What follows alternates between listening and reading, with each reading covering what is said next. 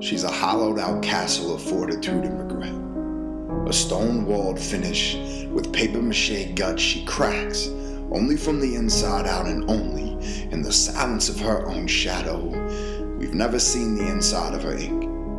It spills onto pages of wedding bells and archived dreams, and you find yourself wondering what it must be like to be the west wing of a demolition site, the last thing standing before you crumble, a poker face amidst the jeers of a mob. She never makes it to a year.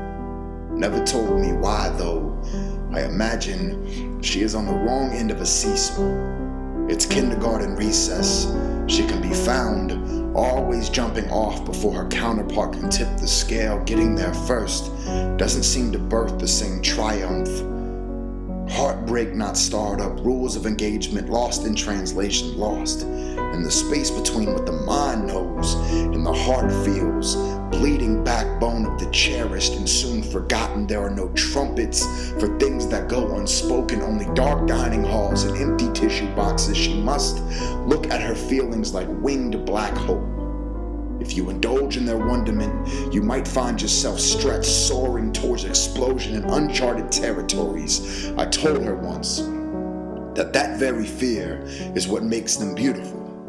That life is so short and so fragile. The decisions we make need a lifeline to find something the mind can't fit in. You need to be still to hear the cracks being filled. You can't just keep moving. Sometimes there is unfinished business at ground zero, sifting to be done.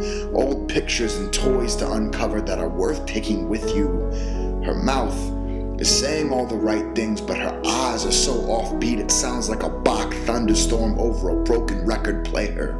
I can tell there is something in there that just doesn't have its sea legs yet. I told her she touched like a queen in sheep's clothing. That forgetting her crown wasn't a crime, but not knowing how to shed her cloak could be. The last time she called, I was silent. I had said everything there was.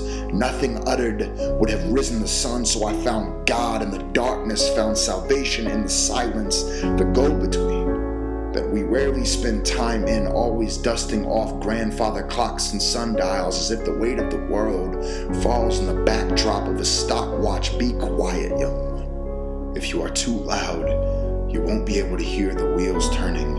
It's the journey, you know, that makes the stretch marks count. If I were to see her again, I'd ask that she be brief. These eyes can't take many more smoke screens.